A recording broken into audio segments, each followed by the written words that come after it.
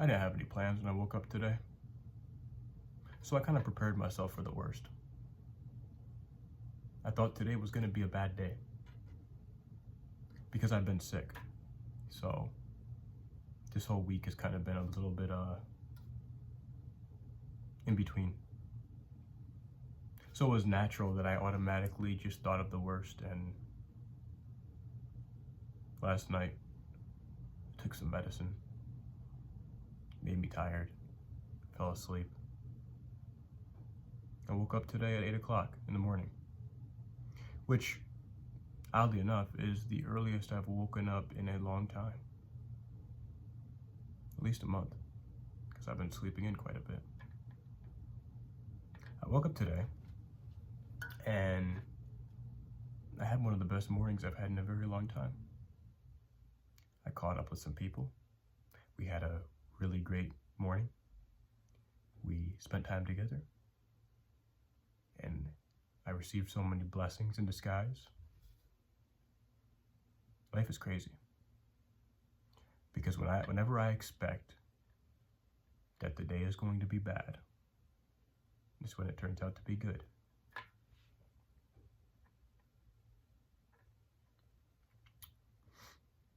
I've learned that expecting the worst for myself is now an inconvenience.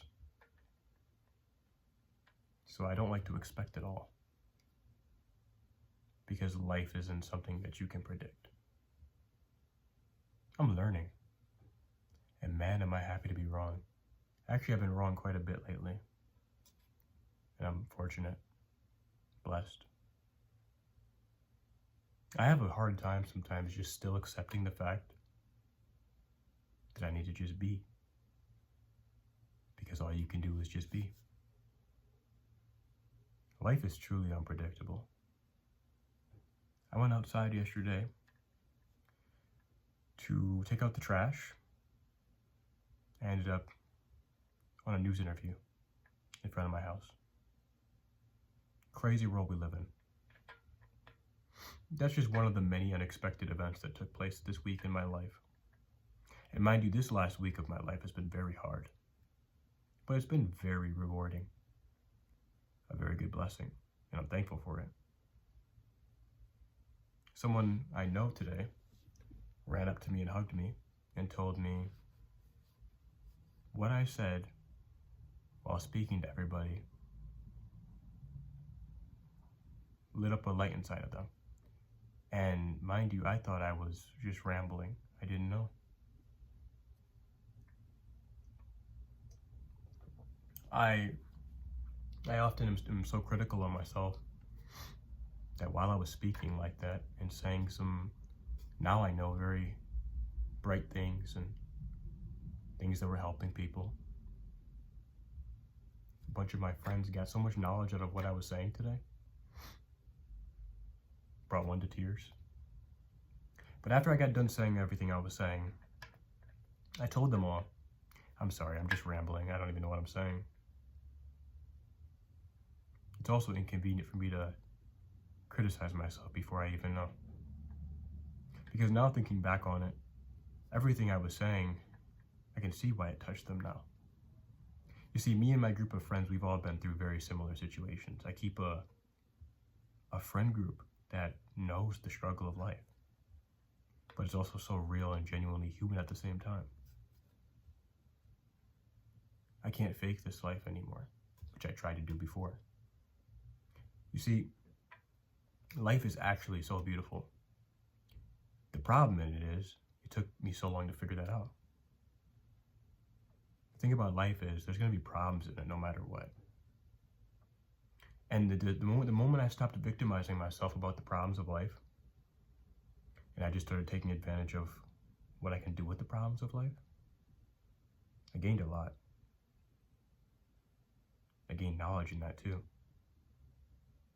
I gained discipline.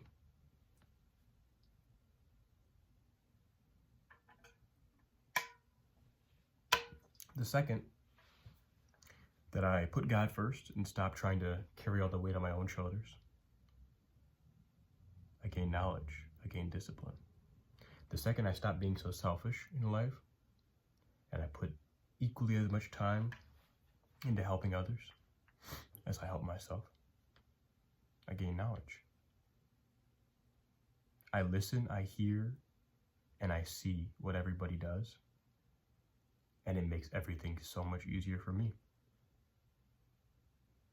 When I learn things from people, I'm not just listening to what people say, no.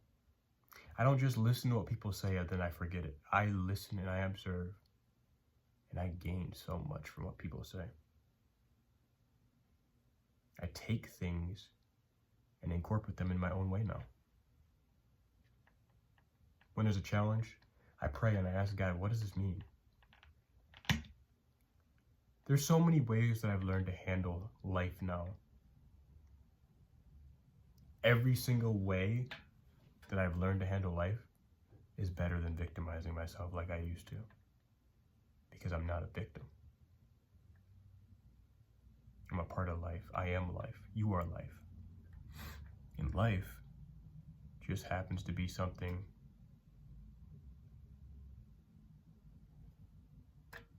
that we all live. We all go through, which isn't always promised to be happy. But if we didn't have difficult times, if we didn't have sad times, if we didn't have loss, if we didn't have heartbreak, well, we wouldn't know how to appreciate happiness then. Because if everything was always happy, if everything was always positive, how would we know the difference? Wouldn't happiness get boring? Wouldn't happiness just be not as interesting anymore?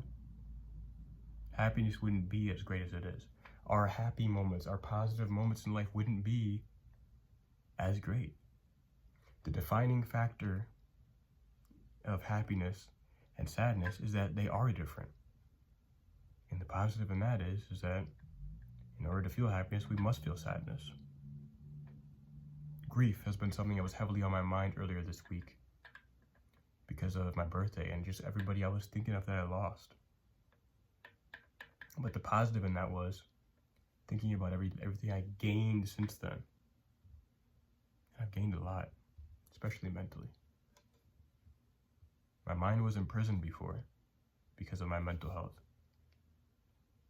I'm just using it the best way I can now. Trying to be a force. Trying to be a positive outlet of my own life. Trying to take the knowledge I've been given and add on to it my own way. The life is endless, so I'm trying to do with what I can while I'm still here. And I hope that while I'm here, I touch as many people as I can. Because today I was brought to tears by a friend telling me that I changed their day and changed their week. That's a positive. So if I can figure out a way to make every day like that, even in the hardest of days, those are the hardest ones, I'll always win. We'll always win. I don't win alone. Anybody I meet, anybody I talk to, anybody I interact with, I try to make sure that if I'm winning, they are too. Nobody could take away your happiness. You are God's gift to the world. And we're not alone. We're together. Just be.